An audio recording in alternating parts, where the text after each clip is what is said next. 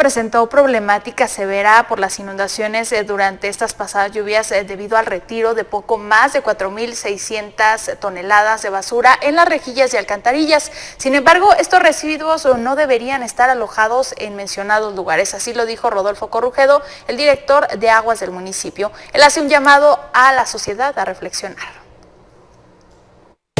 Bueno, en nuestro caso lo que nos tocó a nosotros, que fueron rejillas y algunos cajas de captación, algunos a cielo abierto como el tramo, fueron ya más de 4.500 toneladas de basura las que llevamos hasta el momento recolectada. Situación pues también lamentable, no debería estar ahí, ¿verdad?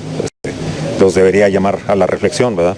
4.600 toneladas que no deberían de estar donde las recogimos y bueno, de algún modo pues esto sí ayudó a que pues, las situaciones no pasaran a mayores. Es cierto que estas lluvias no han sido muy intensas, aunque han sido copiosas y continuas.